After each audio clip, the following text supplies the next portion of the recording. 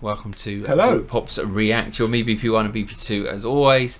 We're here with another 10 things that are founded in America, but not here in the UK. Founded? Founded, I know. It's because you said it before we come on. 10 things found. Yep. But when I say founded, obviously started. Yes, nice get out of jail free card there. So this is another compilation list of me basically looking for things, being presented with things that are familiar in the US, but we don't have them here. The first one was kindly suggested to me by our very great friend on the channel, Mr. G. Bulmer, or G-Man, and we're starting with the parking enforcement vehicle. Obviously over here we've got parking ticket blokies, ladies. Generally you see them walking around, but in America they tend to bimble around in these bad boys. Right, okay. So yeah, we have what we call wardens, don't we? We have like traffic wardens, meter maids. Wardens. Okay, so a parking enforcement vehicle. Okay. There you go. Sorry. So I know it's cool, isn't it? So this This is a Seattle Police Department's traffic enforcement vehicle, and it's a trike, a parking trike. San Francisco have got them. All different departments have got them. They are basically a motorcycle with a body around them, which obviously we don't have parking enforcement vehicles, but we do have the Reliant Robin, which is pretty much the same. I think there's a picture. Oh my God, yeah, we don't want the Robin Reliant, yeah. Yes. Have you got Dowboy's van? It will be up here. So this is the standard livery of a Robin Reliant. Look at the state of that. Some people love them. They do indeed. And the most famous one is this one up here, it's seen everywhere on televisions in the UK. Del Boy's Robin Reliant van. So they even made a van version. They basically just covered over the back windows. Yeah. The final Robin Reliant was in 2000. They were going to build a limited edition of 65, and they were all metallic gold, and they can be driven on a motorbike license. They're shocking. I mean, they are. You can't go around. If you go around a roundabout in one of them, you'll be lucky to just. You'll be lucky to just get out. Yeah, I think Clarkson did a big thing, didn't he, on Top Gear, where he took one out and just ended up on the side all the time. So they are, you got to be specialized to drive them. So there you go, parking enforcement vehicle, not this one. Yeah, but, no, how funny. All right, fair enough. So you go around, but I mean, I suppose we have it. We're quite condensed in our areas. I suppose if they've got to get around a little bit further, it's a lot more to walk, wouldn't it? All right, fair enough. Parking enforcement vehicle. Just wanted to get us going, but now baseball cards. Baseball cards and baseball, basketball card collections. So I like my documentaries. I found this documentary on Netflix called The Golding Touch, and it's about this company in America, and they buy and auction sports memorabilia mainly. But whilst watching it, I just saw how massive baseball card collections were. So if you click it on a little bit, so the highest priced baseball card to be sold was a Mickey Mantle card, which sold for $12.6 million dollarinis. What? Oh yeah, 12 million for that. Yep. And this one I'll come on to in a sec. Again, because it was, and this generally the cards are made during their rookie year, so those are the cards to get. This wasn't, I believe, in his rookie year, because the cards weren't actually started until after his rookie year. You know, baseball cards weren't conceived. But it's a massive thing there, and it's all to do with availability, how old they are, what condition they're in. But people have got massive collections of baseball cards. I think you yourself may have a collection or two.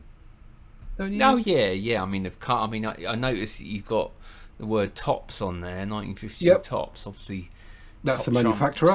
Tops, yeah, which is actually linked to the football club that I support in the UK, the Eisner family, are, you know, responsible with some of the top trumps, I do believe, as well. So yeah, I mean, yeah, I used to collect them as a nipper.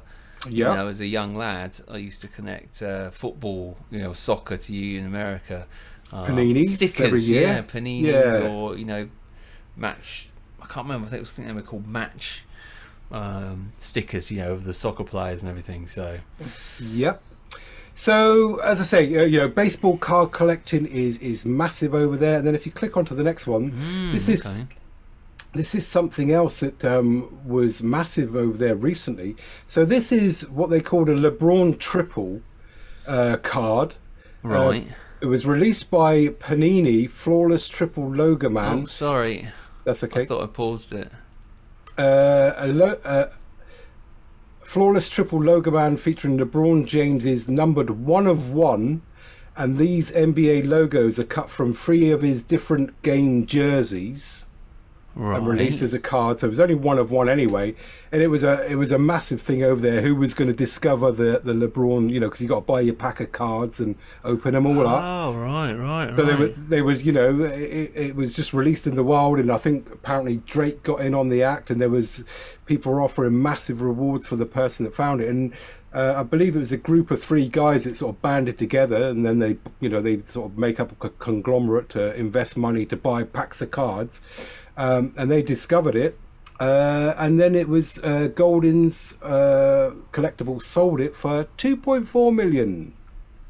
Oh man, that's unbelievable. I mean, that is quite impressive, because that is specifically from his jerseys, you know. So I'm guessing the cards are fairly big then. It's difficult to sort of comprehend the size here. So what sort of size? The logos are only that size. So it's like credit card. Yeah. Credit card sort of size. Standard sort of game, playing card type of thing. Yeah. And also Pokemon card collecting is massive over there. I know Logan Paul, the YouTube sensation and other things. He is a massive collector. He wears a Pokemon diamond encrusted Pokemon card, shiny, which he paid millions for, and he collects them. So they collect unopened bundles of cards. You know, they invest massively in the hope that in there's going to be some shinies and whatever they want, you know, they're worth money. But he did a live opening on YouTube of him opening up a pack, and it was worth nothing, and he spent 100,000 on it or something ridiculous. Crazy. Wow. There you go, mate. Wow, big. Yeah. Big news then, the cards sort of in the US. I had no idea really. All right, 4th of July parade. So this is Independence for the US. Some reason we don't celebrate over here on the 4th of July because we got our asses kicked. So it's commonly associated with fireworks, parades, barbecues, carnivals, baseball games, family reunions, the lot. I think if you chuck on a couple of let it roll on for a little bit. So the events are celebrating the history, government and traditions of the United States. They have massive sort of Macy parades with these great big inflatables. What we've seen, Snoopy seems to be the sort of main one, doesn't it? Brilliant, the eagle, yeah. Independence Day is the National Day of the United States, and Macy's are famous for sort of their firework display, which is held over the East River in New York City, been televised nationwide on NBC. It returned to the Hudson River in 2000 to commemorate the 400th anniversary, and they generally, this year's estimated budget of more than $100,000 on fireworks. Crazy money, isn't it? On fireworks. Big money. Yeah, big money. I mean, Macy's obviously, when we did that previous video in Christmas time, yeah, for the Christmas parade. But yeah, I mean, the parades are obviously massive, aren't they? Which we just don't do. We've mentioned it before, you know, with like the Lord Mayor's show and stuff like that. We hardly do many. Very understated over here. Yeah, parades here, but I mean, look at that. Yeah, some of the floats and yeah, they really get into it. Cool. I mean, that's great.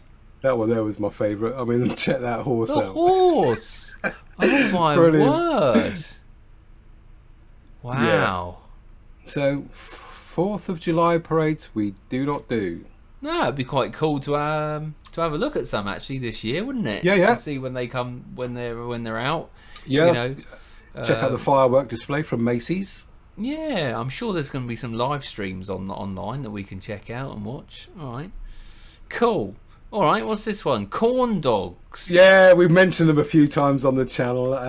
So yes, yeah. Corn dogs. So funny things. Funny things. So basically, corn dog. We don't have them over here. So it's usually a. So what is it again? It's a sausage. A sausage, usually a Wiener sausage on a stick. Wiener. That has been coated in a thick layer of corn meal batter and deep fried. So we don't kind of get exactly that on a stick. I mean, we can compare it to our sort of chip shop deep fried battered sausage, couldn't we? Yeah, I guess so. That's a similar thing. But these things, you can buy them in boxes in the freezer section, chuck them in the freezer, and then they come out looking like that. Corn dogs. Nice. But we don't have them here. No, but they, for some reason, they do look appetizing. This time of the day now, I could probably, handy. Don't need any utensils, just hold it up on a stick. On a stick, yeah, like ice cream. Brilliant. To go. Lovely. Okay. Corn dogs. Okay. Yeah, corn dogs. Corn dogs. I say, look tasty now. All right. All right. Well, sometimes they do, like in like Lidl and places like that. They sometimes do have the American specials, don't they? Yeah. Mount Rushmore. Well, it's a bit difficult to pick up and bring over here, isn't it? It is indeed, but they've got it. We haven't. I thought I'd add it to the list because I was probably struggling by this time. I started struggling towards this one. So Mount Rushmore, as we know, the four heads of the presidents. So the sculptor was Gutzon Borglum, and he was responsible for choosing the four presidents on display. He chose the four presidents to represent the most important events in history. He believed Washington, Jefferson, Roosevelt and Lincoln represented birth, growth, development and preservation. Okay. So each of the heads on Mount Rushmore is in slightly different proportions. They're about 60 foot tall. Each eye is 11 foot long and the mouths are 18 feet across. His original plans were to do the full body as well, you know. Really? Indeed, yeah. Construction started, where have I got that? So, Mount Rushmore work started on the 4th of October 1927. Wow. And they eventually opened it due to the passing of the sculpture, Gutzon. So they completed it in October the 31st, 1941. Wow, pretty impressive. So, 20 years, pretty much. I mean, that is 14 years. 14 years. Yeah, of course. Yeah. No, it's so impressive, and it is. And I didn't realise. I think I said it in one of our other videos when what we did, whether it was the national parks. But yeah, and I didn't realise how big they actually were. You know, you sort of mentioned the mouth there for 18 foot across. You know. Yep. Didn't realise. I thought it was a lot smaller than that. And obviously with this shot that we can see here, you know, looking up to the mountain, it's pretty impressive, isn't it? How you how they put that together, and yeah, it's just awesome, isn't it? Do you reckon you see Trump up there one day? Trump's face coming out. Well, there's some room over there. Look, you can almost see a face on that bit there. Can't you? On the one on the right, yeah, it looks a bit like a face, eyes and a nose and a mouth on the one on the right. Yeah, I suppose. Yeah. There's something going on over there. If you let it go on a little bit, I think there. So apparently, yeah, it does. There is supposedly in the film National Treasure, they went on about. So this is, you can see the chap. This is just him making up the. Wow. That was him sort of doing the initial sculptures of what he was going to do, so you can see the full-on bodies and everything there. So he did that first before he actually went out and knocked the thing up.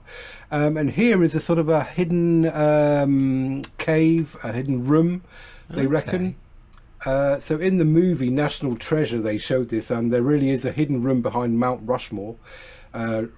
behind Lincoln's head, there's an entrance to what would have been the Hall of Records. The sculptor created a room within the mountain where documents and artifacts would be kept to put on display, but the project didn't have enough funding to be completed. Oh wow! Okay, so it's above, clearly. Yep. Yep. But when you see it from that angle, it's completely different, isn't it? Yeah. Well, let's have a look at the. Yeah, it's a difficult one. Oh, I can't seem to pause it at the right moment. So, yeah. It's up in behind there. Up there somewhere. Yeah. Yeah, interesting. But yeah. Okay. There you go. So yeah. Looks like a completely different angle. Yeah, interesting. But that isn't the biggest carving. Just 40 minutes away, the Crazy Horse Memorial is still under work in progress. The sculptor by Kozak Zilokowski joined forces with the Lakota chief Henry Standing Bear to create a memorial honoring American Indians. The Crazy Horse Memorial is still under construction, but Crazy Horse's face dwarfs Washington face by 27 feet. Wow. Construction was started in 1948 and it's still ongoing. Wow. Members of the sculptor's family, his wife took it on after he passed away, and I believe they have 10 children who've carried on the work since. Wow, it's huge. All right, well, it'll be interesting to see that one day if it ever gets done. Indeed. Where are we next? Yield signs. This one came out of a photo that one of our subscribers sent us from their window, looking out at their view, and it had a yield sign, which obviously in America is probably familiar everyday sight to you guys out and about driving. A yield sign. Yield. Give way, basically. Is that? That's pretty much it. Yeah, give way. Yield. Okay. So yield to traffic, oncoming traffic. Yield to oncoming traffic. Yeah. Whereas BP1's already mentioned, in the UK we say give way. So it's still on the red triangle, but ours says give way, and yours, the American one, says yield. Yes. And obviously we've got, because I can see a give way sign from when I'm looking. I mean, it's our give way sign has a little light on it normally over the top. A lot of the give way signs will have lights on the top, but it doesn't see one. Be illuminated, no. And it's a lot thinner red. So this is quite band. thick. Yeah, the band is quite thin on ours. Have you got a picture of ours, or am I just? Probably would have done. Canny. That's there right. you go. There you go. I surprised myself. Give way. There you go. So like it says, a lot thinner. Lot thinner, bigger area for the writing. So apparently, America aren't the only ones to use yield. Other countries include Belize, Canada, Iran, and funnily enough, Ireland, just across the road. Right. Okay. Ireland use yield signs as well. Yield. Yeah, I would never have. No, you just sort of look at the triangle. Wouldn't have thought, yield. All right, fair enough. Okay, what else we got? This one. Law enforcement agencies. Yes, so I like to watch a lot of sort of American dramas, TV shows, and I liked watching Texas Justified. That was a US Marshal, FBI stuff. So that, if we go, they got their federal agencies, FBI, drug enforcement, ATF, alcohol, traffic and firearms, US Marshals. They're responsible for sort of finding people, taking them to jails, US Marshals. You've got the Secret Service, CIA, Customs and Borders, Immigration, ICE, Internal Revenue, National Security, and then we get to the police departments. And then in the police departments, you've got the Sheriff Office, which they typically handle law enforcement for unincorporated areas, county, small towns, things like that, small villages. Right. And they're sort of responsible for serving civil papers. Wow. Okay. Then you got the state police, They're responsible for enforcing state laws and regulations, and they may also assist the local law enforcement. Transit police, we've got our own sort of version of that, haven't we? British Transport Police. Yeah. Well, I can't remember. Trains mainly. Highway. No. No, not what. BTP, British Transport Police. Oh, is that exactly what they're called? Is it? Yeah. They've also got campus police. They're responsible for enforcing law on universities and colleges. Then you've also got park rangers, and they patrol parks and public places. So just thought I'd put it into perspective there, just how many law enforcement agencies they have. We've probably got CID, Criminal Investigation Department. You've got the Met Office, which is basically the police force, but in the Greater London area. Yeah. MI5, MI6, those kind of things. They're the big sneaky ones that we don't see. Other than that, yeah, I mean, she's got border protection, but they're not. I mean, they're sort of armed boats border and things, force or whatever. Yeah, but nothing quite that long list, mate. No, not on that scale. Incredible, isn't it? Really, to think about how many levels, and I guess they've all got their own uniform as well. All uniforms, degree, all got their own acronyms. Yeah, FBI, DEA, ATF, CIA, CBP, ICE. Oh, all over the place. Oh, wow. Spaghetti Junction, that is. That is mad, isn't it? California Highway Patrol, that's always a favourite, and it chips on the big old motorbikes. Yeah. US Marshals. The movie, brilliant movie. That's a Sheriff.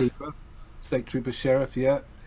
Standard Police Department, yeah. Police, NYPD, Sheriff's Department, so on and on. True. Wow, impressive. Didn't realise there were quite so many. Yeah, didn't realise, to be perfectly honest with you. I just thought there was like 3 or 4, a bit like ours. Yeah. I expect there to be so many. There you go.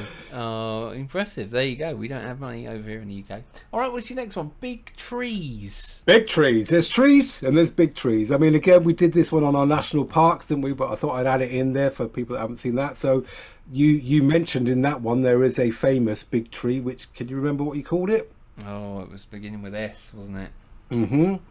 The General Shermanator? Sherman. Yeah, that's the one. Sherman.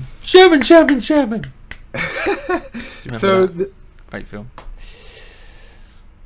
So the Sequoia-Dendron giganteum, that'll be the Latin name, fluent I am, also known as the giant sequoia. That's a big old chestnut. That is unbelievable, isn't it? The General Sherman. It's just crazy, isn't it? So they are known as the most massive trees on Earth. They are listed as an endangered species, with fewer than 80,000 trees remaining. Good. They give us all our oxygen, man. They're good. No, that's what I mean. I'm glad that they are protected, because that's what we, you know.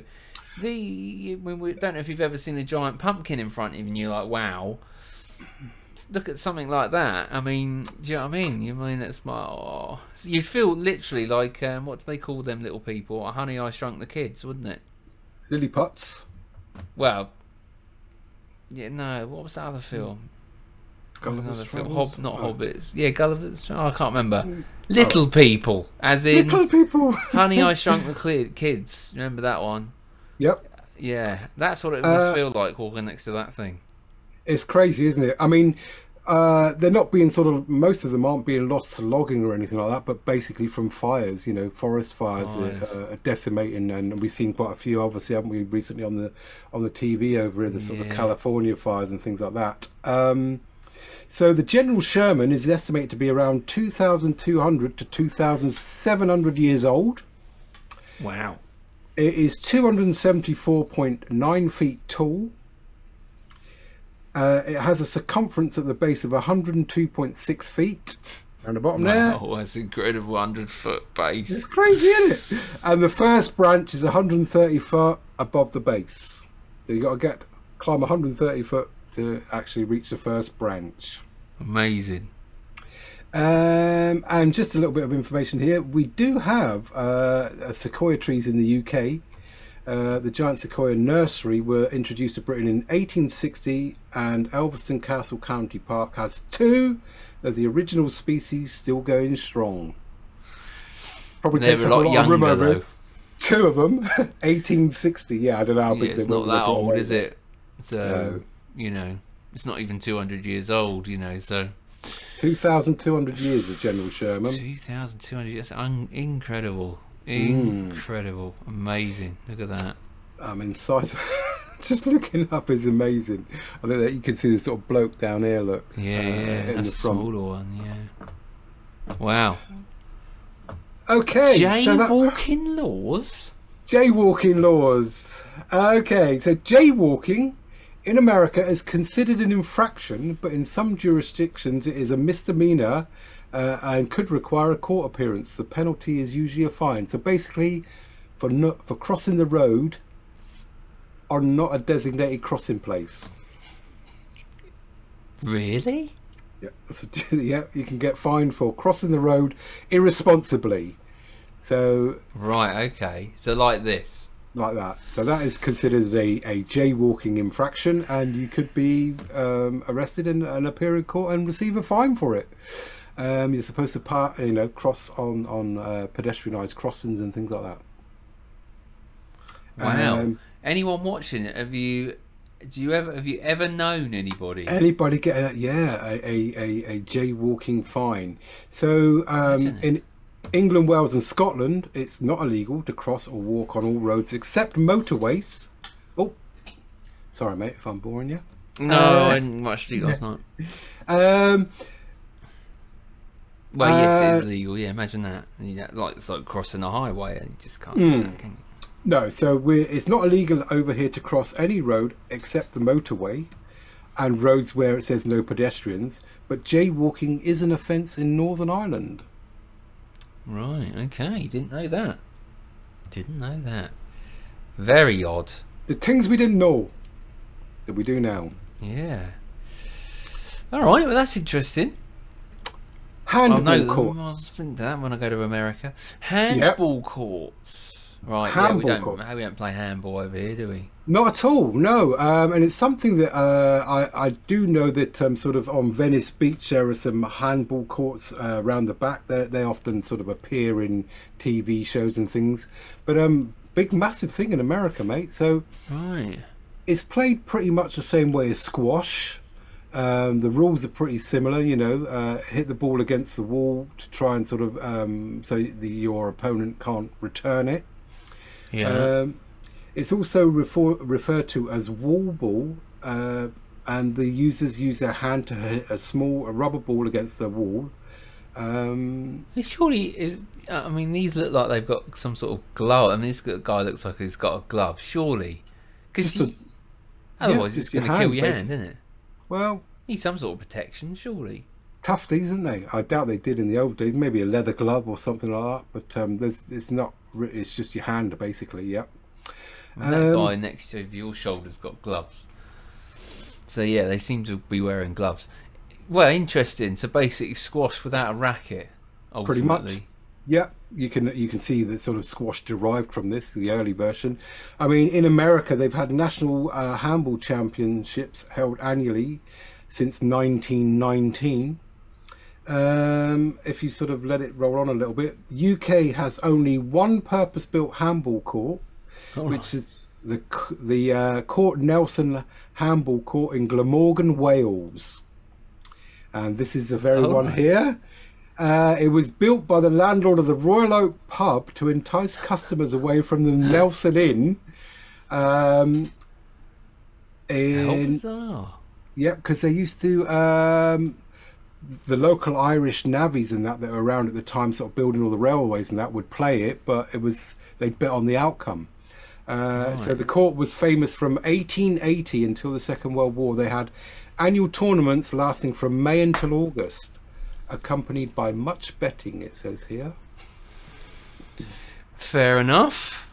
Okay, handball. Okay. Yeah, not a game handball. I've ever played, or squash isn't either. So, you got a bonus item for us. Bonus item. This one here, jackalope. This one where it was sent in after our dangerous animals. Ah, jackalope. This is a jackalope, mate. Is it? Oh, hello. That's pentatonics. Jackalope. Jackalope. So this here is a cross between a jackrabbit and an antelope, found mainly in Wyoming. They are said to be vicious when attacked and use their antlers to fight. Thus they are sometimes called a warrior rabbit. That is so odd. It just looks like you've glued them on. I think someone's having a laugh. I reckon there's someone going around gluing antlers onto little poor rabbits. Onto little bunny rabbits. Well, yeah, you are right. So strange, isn't it? It's almost like one of them photos where the rabbit's in the foreground and somewhere in the background there's a reindeer or something. I mean, so I'll come clean, mate. It is rubbish. But I was going to say, I mean, the jackalope is a mythical animal of North American folklore. So these two brothers, the mystery was sort of created by these two brothers, Douglas Herrick of Douglas, Wyoming, in 1939. Him and his brother returned from a hunting trip one day. He threw down a dead jackrabbit on the floor in his shop, and it landed next to some antlers. Ralph declared that it looked like a rabbit with horns on it. His brother was a taxidermist, so he kind of mounted them on a mount and began to sell them to the public. And then before long they were found everywhere. So in Douglas, Wyoming, jackalopes are popular, and they are sort of jackalopes. Douglas, Wyoming is the jackalope capital of the world. If you let it run on a bit, I think. Isn't it strange what people do? But it's amazing sort of advertising for them. So in many establishments around Douglas, Wyoming, you can buy them sort of mounted like that. Here you got Ronald Reagan displaying his male and female jackalope to the Colin Powell back in the day. Oh yeah, look at Colin Powell there. Young, isn't he? I can't believe. Well, that is just, yeah. And the town of Douglas sort of thrives on it. They got in 1965 they erected an 8-foot concrete statue in downtown Douglas. There are many signs around the town sort of warning visitors of the vicious animals. Watch out for the jackalope. And each year the Douglas Chamber of Commerce also issues thousands of jackalope hunting licenses, despite the rules specifying that the hunter cannot have an IQ higher than a 72 and can only hunt between midnight and 2 a.m. on June the 30th, even though there's only 30 days in June. So they're having a bit of fun with it. Oh, dearie me. Hilarious. There you go, mate. But we haven't got them here. We don't.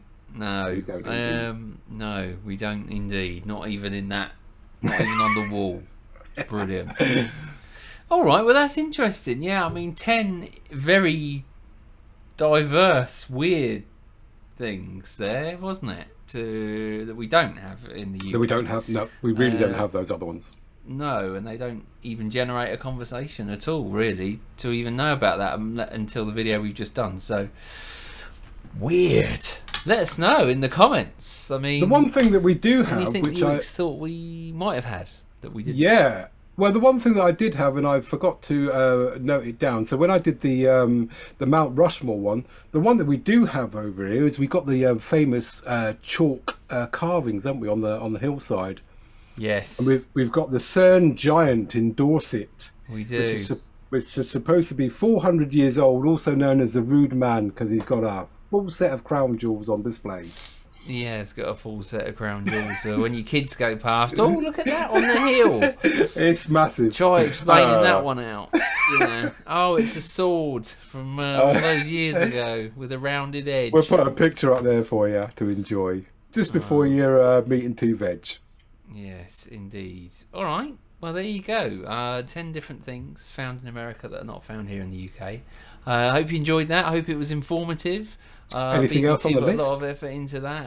A lot of information as well, so that's really good. And yeah, do take time to hit the like button.